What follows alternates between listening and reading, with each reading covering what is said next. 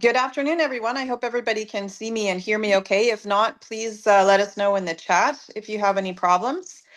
Welcome, everyone. I'm really happy to be doing this first webinar for you, and this is a very timely subject. So we're happy to see how many people have connected today. We're going to be discussing how the U.S. the potential tariffs could affect electricity markets, trade agreements, and cross-border energy flows.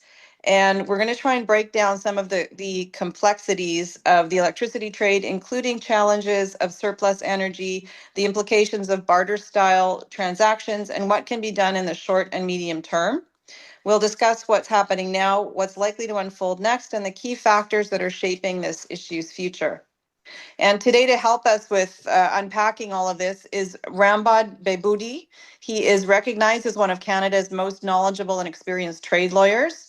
He has extensive experience advising on and arguing North American Free Trade Agreement cases and World Trade Organization cases. And he's also participated in multilateral environmental negotiations, advised on issues including agricultural trade, subsidies and anti-dumping, export controls, and technical barriers to trade. Rambod has also served on postings to the WTO, the European Union, and as counselor at the WTO, advising on anti-dumping disputes. So I'm going to turn it over to Rambod, and he will, I think, open a presentation for us. So thank you very much for joining us today, Rambod. Thank you so much, Lorena, for the introduction. My apologies in advance for my throat. I'm recovering from a bad head cold. I'm well medicated, so I'm hoping we can get through this without too much interruption.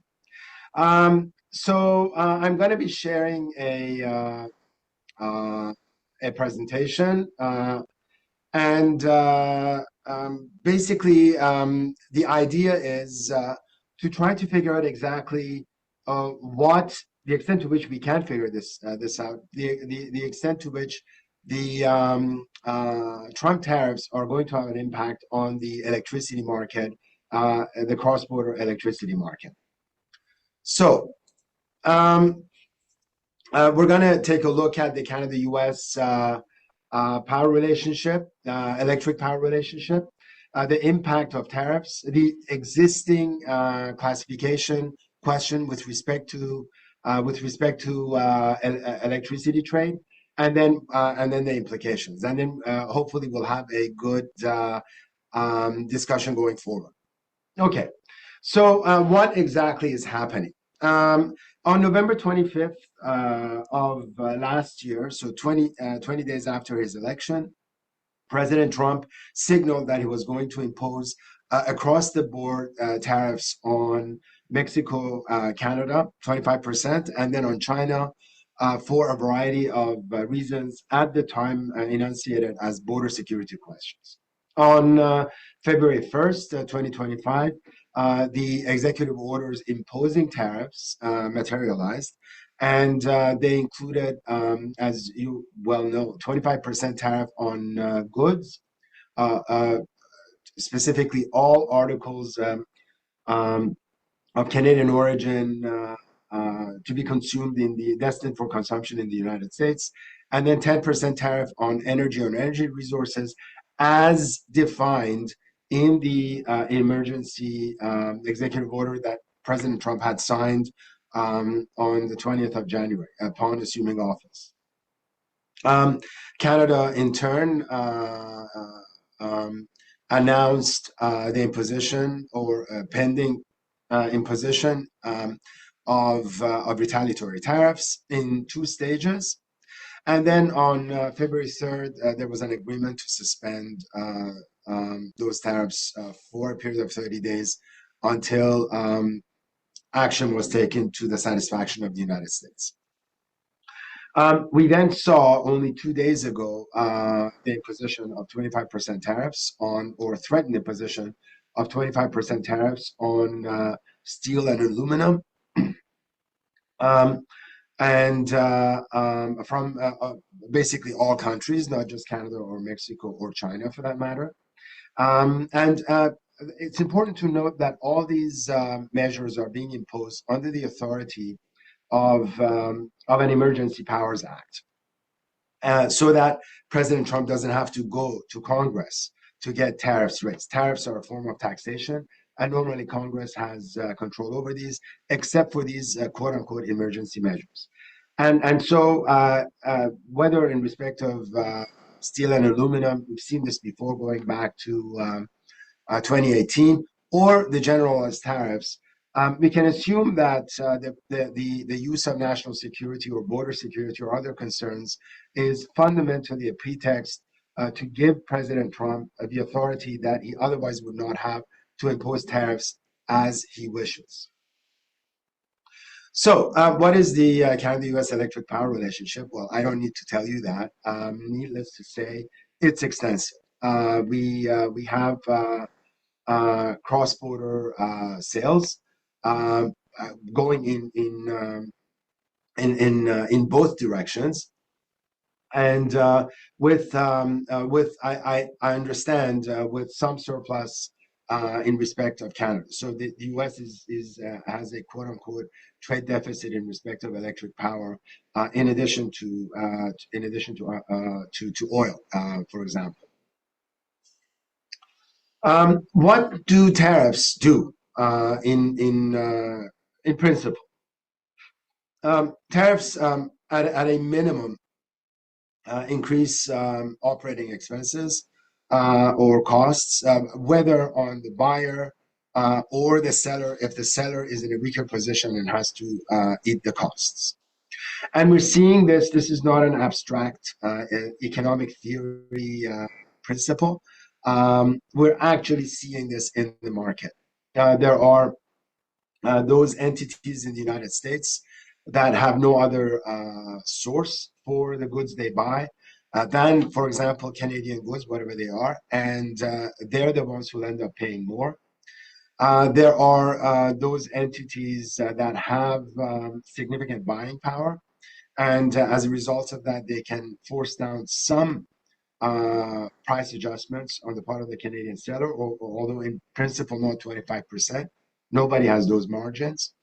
On the whole, we know for a fact that tariffs imposed at the border result in price increases in the domestic industry, in the domestic market. How do we know that? Well, literally a day after President Trump announced the reimposition of steel and aluminum tariffs, Nucor, the big U.S. steel manufacturer, wrote a letter to all of its clients saying that it was jacking up its rebar prices. Rebar, as you know, is critical in major construction.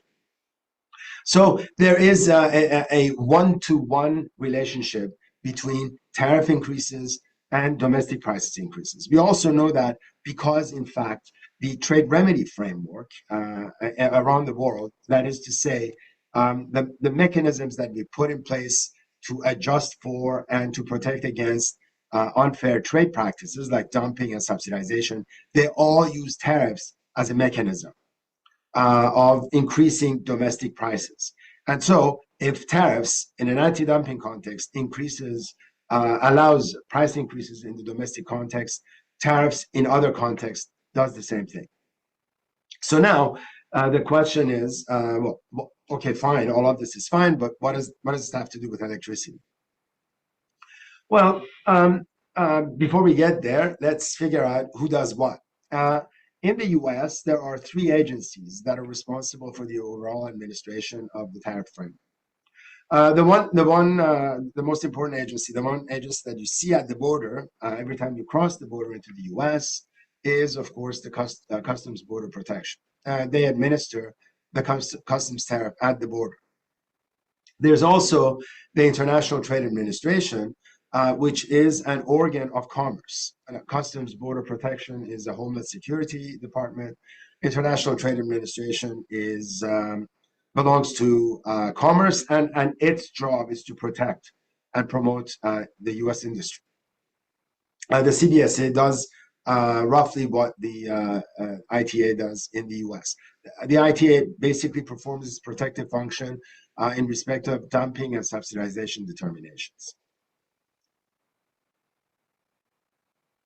Then you have the International Trade Commission, which is a quasi-judicial body, and that is responsible for several things. One of them is for injury determinations in trade remedy cases. So in the United States, an administrative body determines whether or not there's dumping taking place, and then a quasi-judicial body determines whether or not there's injury arising as a result of those dumping activities. It's the same in Canada. The CBSA determines anti-dumping, whether or not there is dumping, and the CITT, the Canadian International Trade Tribunal, determines whether or not there is injury. In that sense, they're the same, or very similar at least. Then the International Trade Commission, also like the CITT, is responsible for studies on trade issues and advising the administration. The CITT does the same thing as well when asked. Okay, so why are we even talking about electricity classification and the impact of tariffs? Well, to begin with, it is without a doubt the case that electricity is a good. There is, in fact, a customs tariff line for it. But the U.S. International Trade Commission has determined that although a good, with its own tariff classification, electricity is an intangible. And as an intangible, it is exempt from tariffs. So that is basically the finding of the International Trade Commission. Now that finding is agreed to by the by U.S. Customs and Border Protection, and these are the people who at the border determine whether or not a particular thing falls into which tariff classification, what the value is, and how much duties are applicable. So, according to the CBP, electricity is an intangible. It is not subject to import duties. And then there's a separate finding with respect to foreign trade zones that don't concern us here. Now that's all well and good, except that inside the U.S. administration, like within the same bureaucracy, there is disagreement on that point. Remember that the U.S. International Trade Administration is responsible for the protection and promotion of U.S. industry. And so it has a significantly more advocacy role than does the CBP, which has more of an administrative function. So the US ITA disagrees with treating electricity as an untariffable intangible. They look to the dictionary definition of a good. Electricity, like air, can be touched, stored, and transported. And as a matter of fact, this definition of a good is the broad definition of a good that is also used in the WTO. And of course, I think the argument between Canada and the U.S. on electricity goes back to the early days of the NAFTA and the free trade agreement, where Canada's argument was that a large portion of the cost of electricity is in fact the wheeling services, and so the electricity itself, as a good, has a relatively low value, and that should be the value that would be tariffable. The ITA had a different perspective and essentially looked at the entirety of the electricity that comes in as a single indivisible good rather than a product that can be separated between its goods and services components. So according to the ITA, if there were a trade remedy case, they would take the position that electricity is tariffable because it is a good. Okay, so where does that take us? Now, the executive order that established the global tariffs is in fact really badly worded. It is broadly worded, but it is also badly worded. Unlike the Canadian unlike the Canadian order in council imposing the retaliatory measures, the executive order does not have a list of products to which it applies. It talks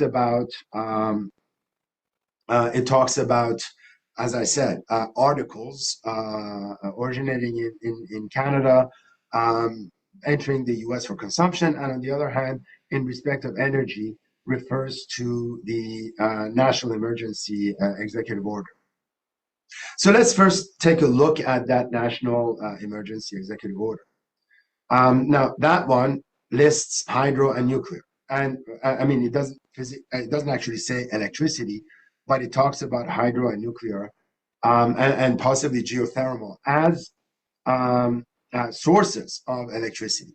So that tells me that if we're to take the executive orders, the two of them, at face value, it tells me that the tariff executive order, by referring to the energy executive order, which actually contains references to electricity, that the tariff executive order includes electricity.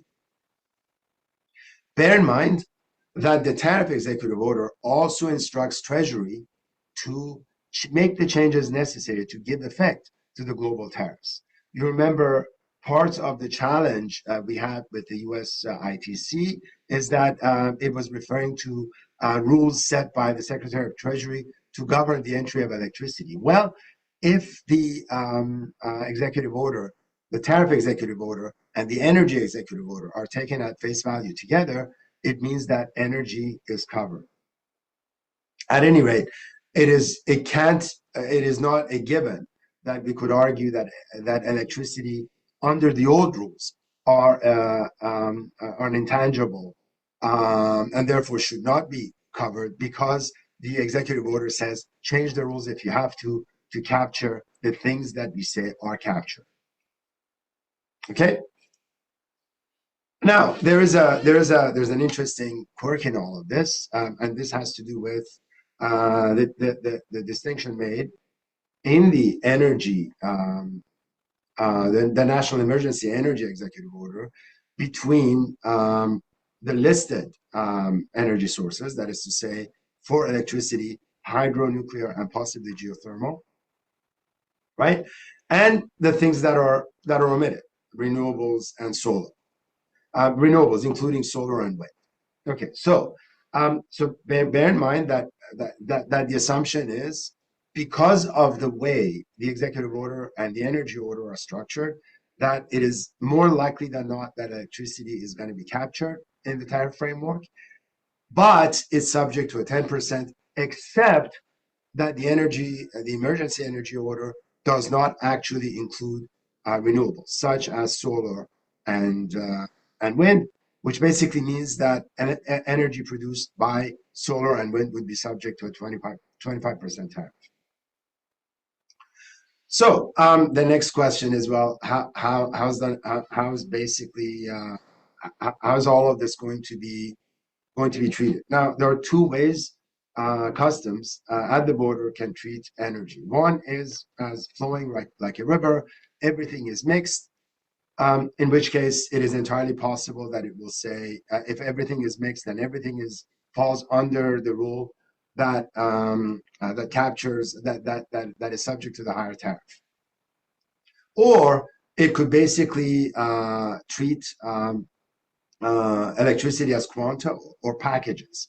That is to say, there is a package of electricity, basket of electricity that comes in from nuclear and geothermal and hydro, and another basket that comes in from solar or wind. Now, that's an imponderable. It's impossible to determine in advance which side it will take. Only that those are the questions that it will be asked. So, on the one hand, it is true that the electrons are not separable and they're not distinguishable. Electricity from renewables is not in itself doesn't have a different quality than from nuclear, for example. But the quantum of each is identifiable. So that would be the argument that the industry could make to the CBP. The next question that comes up is about the nature of the contracts. As I understand, I haven't looked at the contracts myself, but as I understand the contracts, they basically are in their essence, they're time-dependent barter transactions. A certain amount of electricity is transmitted at certain times in one direction, a certain amount is re-exported in the other direction. And to the extent that there is any surplus, and I presume that that surplus is in favor of Canadian exports, that surplus will then be paid for financially based on a certain tariff. So the question then is, what is assuming that electricity is subject to the tariffs at 10 or 25%, then what is the value to which that tariff applies? Now, in principle, when we look at valuation of exports, we always look at the transaction value. And that transaction value is not a net transaction value. It's basically that I mean there are rules of adding to it, but fundamentally and you know you can take out packaging costs and whatever, but fundamentally you look at the invoice and say what is this package of exports worth? So if there's a barter transaction, you then constructed the value based on the value of the thing that is being bartered, and that goes to the fair market value of the goods in the country in which the barter is taking place. And of course, you add to that the surplus. Now, you can make the argument that based on the language, the specific language of of the executive order, that remember, the executive order says articles of Canadian origin imported for consumption. So the argument can be made. Don't know. I mean, you know, don't know if it's gonna prevail, but the argument can be made that in a barter transaction, basically the when there is the sort of the portion that is consumed is the surplus of the barter transaction. That is to say, if you export 10 kilowatts and you get back 9 kilowatts, there's been a back and forth, but fundamentally the portion that is consumed is only 1 kilowatt. Now, again, I don't know if that's gonna work, but that given the nature of the executive order and given the nature of the transaction that you're engaged in, it may be a possible approach. The challenge, the final issue that I wanted to raise with you is that there are no real avenues for recourse. Domestically, this is a national security measure, even if it is colorable, that is to say, even if the underlying grounds are fake. Courts have traditionally demonstrated a lot of deference. And then international recourse is even less likely because the U.S. is effectively not participating in the WTO dispute settlement mechanism anymore. The U.S. considers national security as self-defining. And in any event, at the end of the day, the best you're going to get out of a dispute is retaliatory tariffs, which we're imposing anyway, without going through 3 years of litigation. So that's the end of my presentation. Sorry, it took a bit longer, and I'm sorry to end on a somber note, but we really do need to make sure that we know what is at stake here. Thank you. Thank you, Rambod. And I would like to point out to people, you can ask questions on the bottom of your screen. There is a little icon that says Q&A. So if you click on the Q&A, you can then ask questions there. So there we go, I'm back on camera. Sorry, I'm having some technical issues with my computer. I apologize today. So I have a question, Rambod. It looks like we have a different interpretation of electricity given on the Canadian side versus the American side. So the Canadian government considers electricity to be a service, if I understand this correctly, and the United States is classifying it as a good. Are there other cases where this sort of interpretation difference has occurred? No, we don't. I mean, sorry, we as in Canada, the Canadian government doesn't consider all of electricity as a service. Okay. I think the dispute went back to the early days, well, the later days of Canada-U.S. Free trade agreement and the early days of the NAFTA, and the question was, what is the value to be given to electricity as it enters into the U.S.? Do you take the transaction value as the actual value of the good, or do you factor in wheeling as a service, take it out as a Mhm. transportation cost because you can, and then only charge whatever's left, right? And I think I think the Canadian position would have been wheeling is a service. It is akin to transportation. Mhm. Electricity is a good. And so when you wheel electricity, you basically have a good that is being transported. You take out the cost of wheeling, and what is left is the cost of the good. The US view, the ITA view would be that no, electricity is inseparable because of the nature of the good. Electricity as a good is inseparable from wheeling, and therefore, anytime there's transmission of electricity, there's wheeling involved, and therefore, the value of the good is the value of the electrons plus the transmission framework. Okay. Okay. Interesting. Um, But let me just say, the Canadian position on wheeling, it was not without controversy. It took landing on that position took months, interdepartmental. okay. So we have a question here.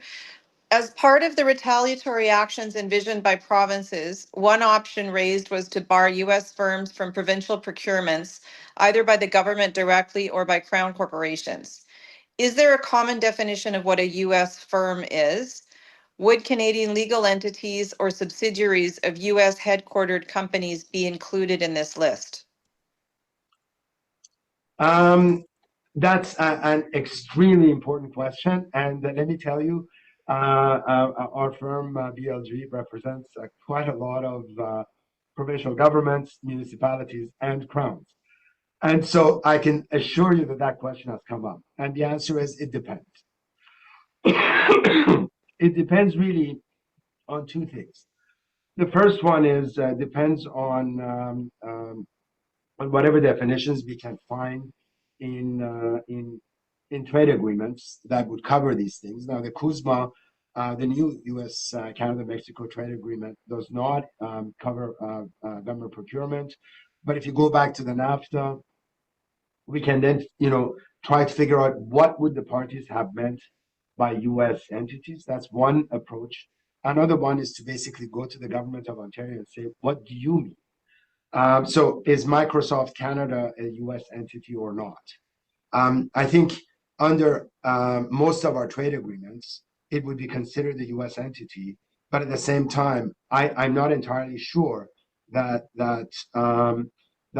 when Premier Ford announced the measure, he would have meant that wholly owned subsidiaries of U.S. entities would be considered U.S. entities.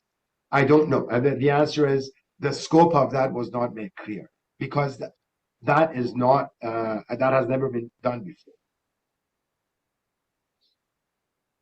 Okay, I hope that answered the question of the participant.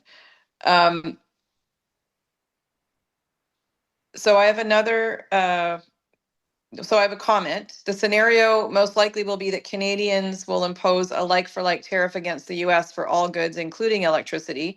In the case of electricity, what is the benefit to either country if each country imposes a 25% tariff on each other? It just drives inflation. That's absolutely true. So yes, and with respect, not quite. It is highly unlikely that Canada and the U.S. would impose like for like.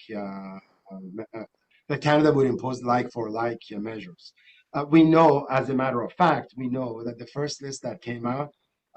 So we have bilateral trade of about $800 billion a year. Canada exports about $430 billion to the US, of which $130 billion of it is oil. And we import really minuscule amounts of oil and gas products from the US. So right off the bat, we're not going to be imposing tariffs on $370 billion of imports. Right off the bat, we're not going to be imposing tariffs on oil and gas products. In any event, that's going to be minuscule. Rather, the position of the government, so far as we know, has been fairly both moderate and targeted. So what they've done is they've gone after red state products. So they basically identify products that come from either counties or states that voted heavily Republican and essentially went after that. To get the message across that these tariffs, that these aggressive postures are not cost-free, not to Canada, and they're not going to be cost-free to the US. So the first round was on 30 billion out of 270 billion. Then the next 120 billion, again, there was a list, but that was subject to a 21-day consultation period, which basically tells you the government does not want to take precipitous action in order to, as you said, drive inflation or in order to cause hardship for Canadian consumers.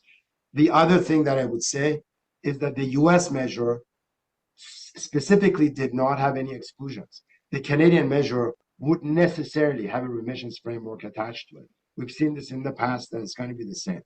So the retaliatory framework is not going to be one-to-one, but certainly, I mean, to the extent that if in fact electricity is being imported from red states, then yes, it would be subject potentially to future tariffs. And could we just talk about that remittance question a little bit? So on all of the goods that Canada is using to target retaliatory tariffs to inflict pain on red states, those tariffs of whatever they may be, those funds, do they go back into general revenue in Canada, or where do those funds go? I know we've heard politicians talk about redistributing them and using them for specific purposes. So just what's the process there? At 25% tariffs, I'd be very surprised if there are any collections. This is another reason why all the talk in the US of transferring from income tax revenue to tariff revenue is astonishingly, how do I put it, dumb. There is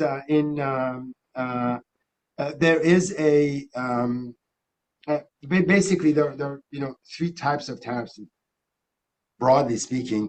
One is you want to raise revenue, and that point, the only way you can actually be effective in doing that is by pitching the tariff in respect of specific goods based on the margin that good has in the domestic market. Okay, so basically you want to make sure that the good can get in, because if the good doesn't get in, there's not going to be a tariff. Yeah, right. Right. And you also want to make sure that when the good gets in, that there is somebody basically to pay it at that rate rather than absorb the cost and so on and so forth. So that's one thing. If you pitch the tariff at a high enough rate, then you end up with what is considered a prohibitive tariff, which is to say a tariff that keeps the good out. At 25%, chances are most products are not going to make it across the border. So the receipts from a 25% tariff on $30 billion of goods is going to be relatively low, in my view. Okay, thank you. We have another question. For the U.S. steel and aluminum tariffs, can you please provide an overview of what types of final goods will be affected? In the electricity industry in particular, there are a variety of manufactured components that are composed of steel and aluminum, such as wind turbine towers, turbines, runners, generators, castings, etc. Everything, basically. And the historical experience is 2018. So I think if each and every one of the sort of manufacturers, importers, exporters, or producers that was around in 2018, they can go back and figure out exactly what the impact was. So there, I don't have to speculate. We know exactly who's going to be impacted and how, in exactly the same way. Okay. Um, and another question. So the premiers, I think, are in the United States today trying to convince the government, the U.S. government administration, to consider moving up the CUSMA renegotiations instead of applying the tariffs. I think they're trying to get ahead of this. Uh, in your view, do you think that the U.S. administration is going to perhaps accept that and move away from the tariffs as they've been currently put forward? Or is there a world where we could be subject to tariffs while all these negotiations are going on? Or how do you think that's going to play out given what I we don't saw know. last Again, time? I don't have to speculate. We have history as a guide. It's the same administration. 2018, they imposed the tariffs. 2019, they removed the tariffs on Canada and Mexico to renegotiate the CUSMA. Mhm. It's the same president. And it's the same, not the same USTR, but the current USTR, who, by the way, Jameson Greer, used to be my student in Paris. And we were colleagues in the law firm of King and Spalding. He was the chief of staff to the USTR at the time of Robert Lighthizer. It's the same characters. So 2018, they imposed steel and aluminum tariffs. 2019, they agreed to renegotiate the CUSMA.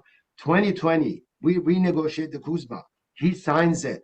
They implement it into domestic law the same year. The ink isn't dry yet. There is an imposition of tariffs on aluminum the same year for the same reason. So I mean, premiers do what premiers do. They, to quote one of my former bosses and mentors, every premier in the country thinks that they've hit upon insights on trade policy that have eluded the managers of trade policy in the country for the last 157 years. And the answer is, I mean, I'm glad they're there to talk, but the answer is very simple. Um, we already have a CUSMA, and the president ignored it. Yeah. What is there to negotiate? We've given everything so far. I mean, what is it other than turn the free trade agreement into a managed trade agreement and force us to buy American goods or American military hardware at inflated prices? What is there for us to do? That's the whole point of a free trade agreement. You remove tariffs to zero. What's there to give? So what's there to Mhm. negotiate? And even if you do negotiate, we already have a CUSMA. So that Yeah. CUSMA is being ignored. So what's the point of negotiating? This all, I think, ignores the core, the underlying philosophy that in fact, Mr. Lutning, the Commerce Secretary, incoming Commerce Secretary, enunciated in his confirmation hearing. The macro policy of the United States is for the protection of heavy industry. Period. And it's onshoring, reshoring of works not to fortress North America, but to fortress America. And I will leave you with this. Jameson Greer, when he joined the USTR, when he joined King and Spalding, we had a friendly chat about our days that I was his professor and he was my student. And he wrote to me, I was an America Firster in your class. I'm still an America Firster 15 years later. So I think that's what we need to come to grips with.